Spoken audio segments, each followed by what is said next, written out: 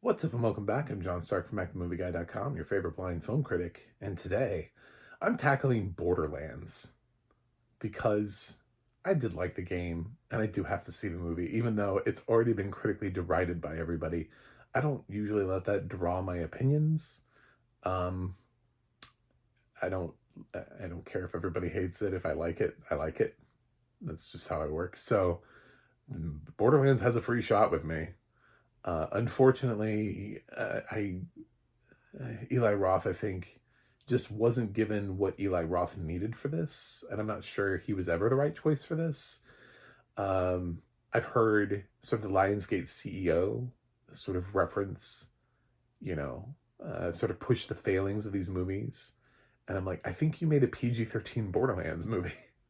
You took a TV, you took a mature game, rated M for mature, um, and translated into a PG-13. It would be like if you made PG-13 Grand Theft Auto. Dude, nobody's going to see that. And then you're going to try to blame the filmmaker. It doesn't matter who makes that. Martin Scorsese could make a PG-13 Grand Theft Auto movie and it would be fucking terrible. And nobody would watch it. It'd be like the Fast and the Furious. And people would be like, oh God, that was hot garbage.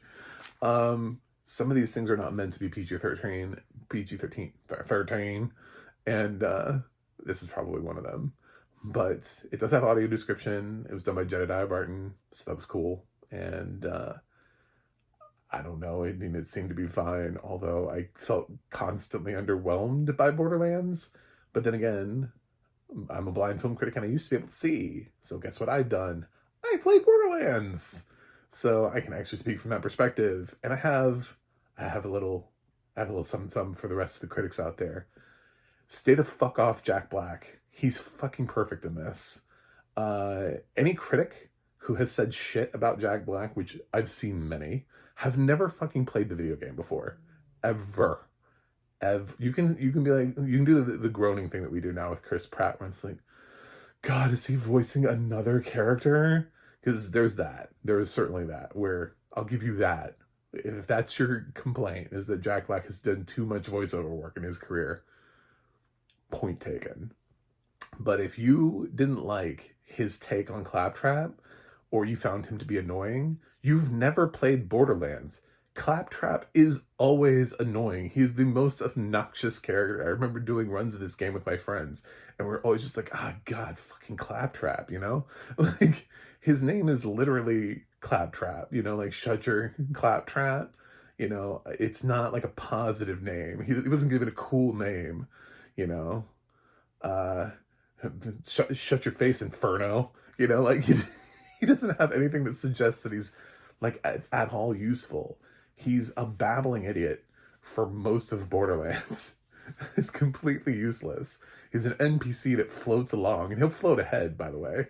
He'll just like float through a battle. He'll just be like, oh my God. And you're like, God damn it. He just like runs in, and you're like, so I guess my next checkpoint is down that way. So, yeah, that's what Borderlands actually is. And of all of the things that happened in this film, he was the most Borderlands-y thing in the entire movie, and people have been dragging him in their reviews. And I immediately took to my social media. I was like, no, stop. No. I know, like, I can't expect you all to have played the video game, but you must have friends who have played. This video game is too popular for you to not know people. Just turn to them and be like, hey, what's up with Jack Black? I'm like, oh yeah, that dude, that thing's fucking obnoxious in the video game. He did a great job. He's intentionally obnoxious for like a purpose. I like, there's no way to do that character. You were never going to get anything else. I don't know what you thought you were going to get, but Alan Tudyk would have done the exact same thing. You know what I'm saying? Like, take any actor who normally does voice work, would have been the exact same performance. Like, Claptrap was always going to be obnoxious. You would have just inserted a different voice in there who would have been the same level. So this film stars Cate Blanchett as Lilith. I don't know. And she's having fun. I'll give her that. I thought Cate Blanchett seemed to be like so happy that she was doing something where she didn't have to act. in a way that that sounds bad, where she's not like worried about like awards consideration, where she's like, thank God. Oh, this is a nice break. I can just come here, shoot things, I can have fun. Nobody ever offers me these roles. You know, it's like she wanted to be in Furiosa, but they were like, no. We picked Charlize Theron. Sorry, Cate. And she's like, fuck. God, am I ever going to get to do something? And they're like, Borderlands. And she's like, yes. God, I just really want to just shoot a gun in a shitty sci-fi movie. That's all I've ever wanted to do in my life. I mean, I just got done watching Disclaimer. So when you realize that most of Cate Blanchett's career is Disclaimer, and you see her doing Borderlands, I think she's having fun. I think she's having the best time of her life here. I, I mean, I'm sure she appreciates the work and the characters and everything, but I'm sure even though it's not cool for her to be like, well, I really enjoyed filming Borderlands. I have a feeling she had a blast filming Borderlands because it was so unlike anything else she'd ever done before, and she was getting paid for this instead of like doing some indie film where it's like maybe she'll get in the Oscar conversation. Maybe. But it also has Kevin Hart, who will sign up for anything if you give him money.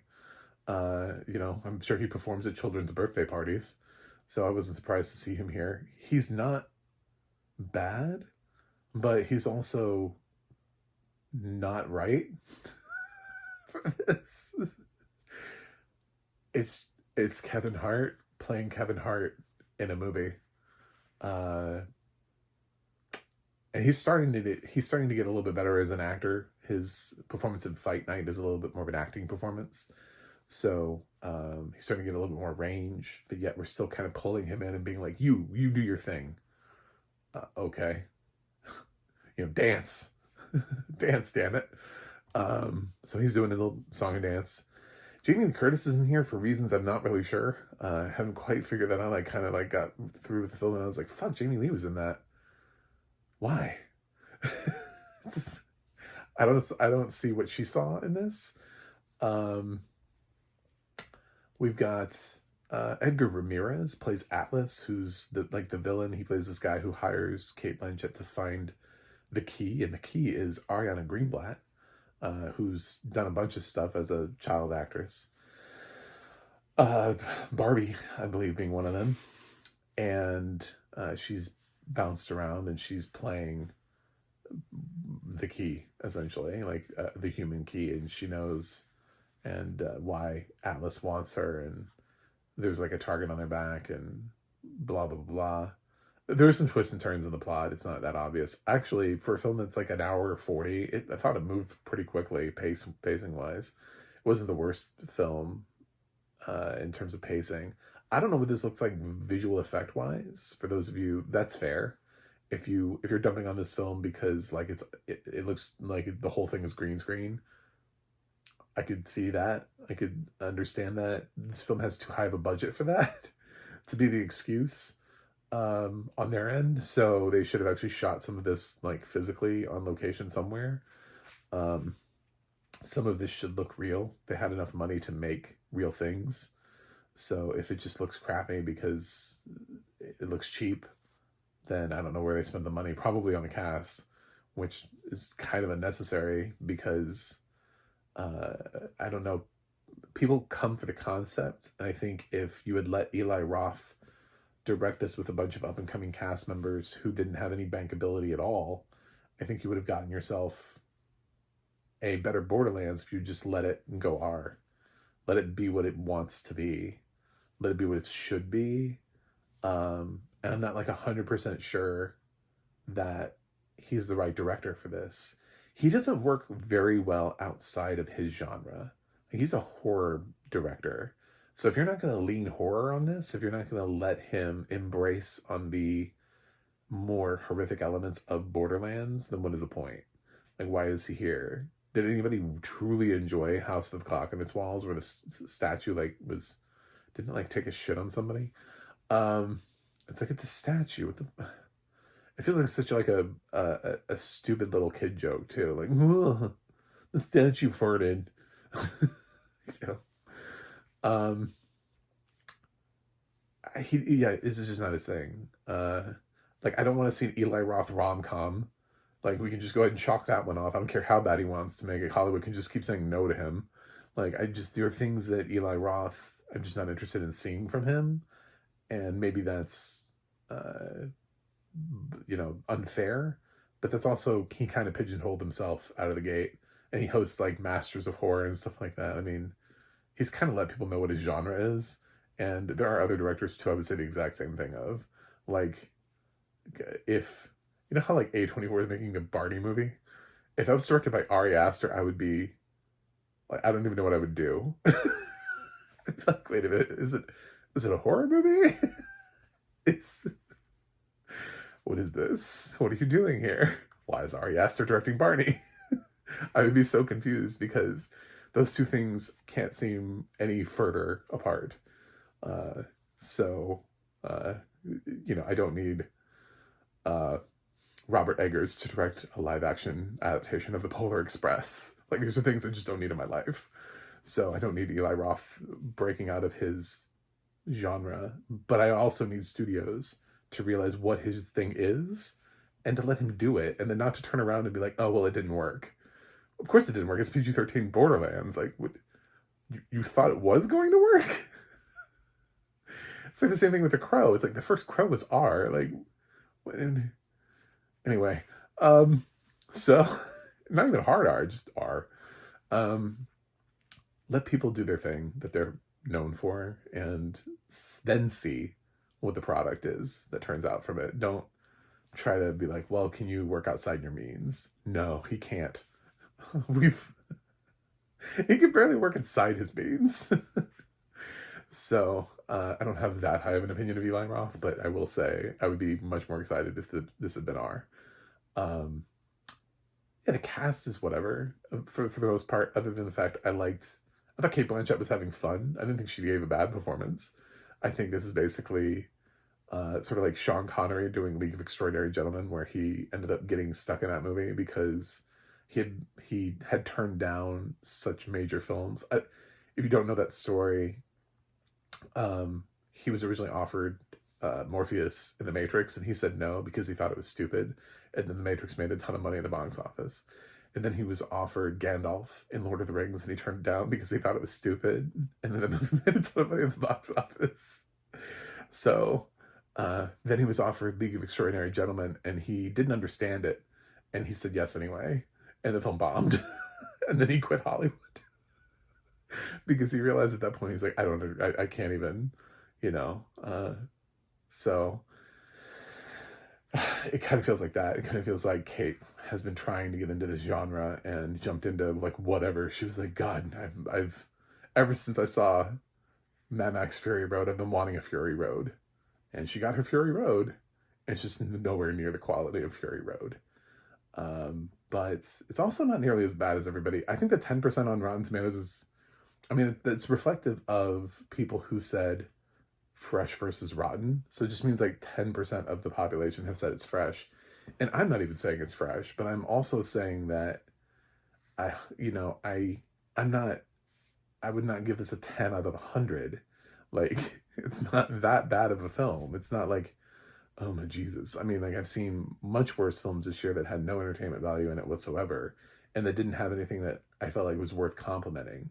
Most of this film doesn't work because it never would have, because probably the wrong director. This is the kind of film that I would have loved to see James Gunn take a swing at, because I think he would have played the video game, understand the humor of the video game, give him the rated R version, so to be like The Suicide Squad. And I think you have a fairly entertaining film there. I think he probably would have knocked Borderlands out of the park. Eli, it's like there's potential there, but I'd be much more interested in an R-rated cut of this, director's cut of this film, than what this is. And probably the thing I walked away from best was, man, Jack Black has been attacked for what is actually Claptrap. Like, that is everything I remember from playing Borderlands, from doing raids with my friends and everything online and us talking. Like, no one liked Claptrap. didn't matter. I cycled through friends in different cycles. There's nobody who was ever like, my God, I love Claptrap. He's like my favorite person. No one liked him. I've never met a gamer who's ever been like, oh, Claptrap. He's the heart and soul. He was always just exactly what Jack Black portrayed him as. And it felt like Jack Black, perhaps more than anybody else in this film, had actually played the video game. And was actually familiar with this story. I'm not sure anybody else has. I'm not sure anybody else knows what this is, or why they're in it, or why there is a film called Borderlands. But I'm pretty certain Jack Black played Borderlands and really didn't like Claptrap. And gave us that performance. So, yeah, I'm gonna give Borderlands a C-. It's like again, I thought there were like a couple things in Madam Web that I liked, so I didn't think that was the worst film of the year. Borderlands, I think, again, not the worst film of the year. I also wouldn't recommend it. So neither one of those films would I recommend, but maybe beaten a little bit too much. So we have definitely worse films of the year that are much more incompetent than this. So thanks for watching, thanks for subscribing, and I'll see you guys on the other side.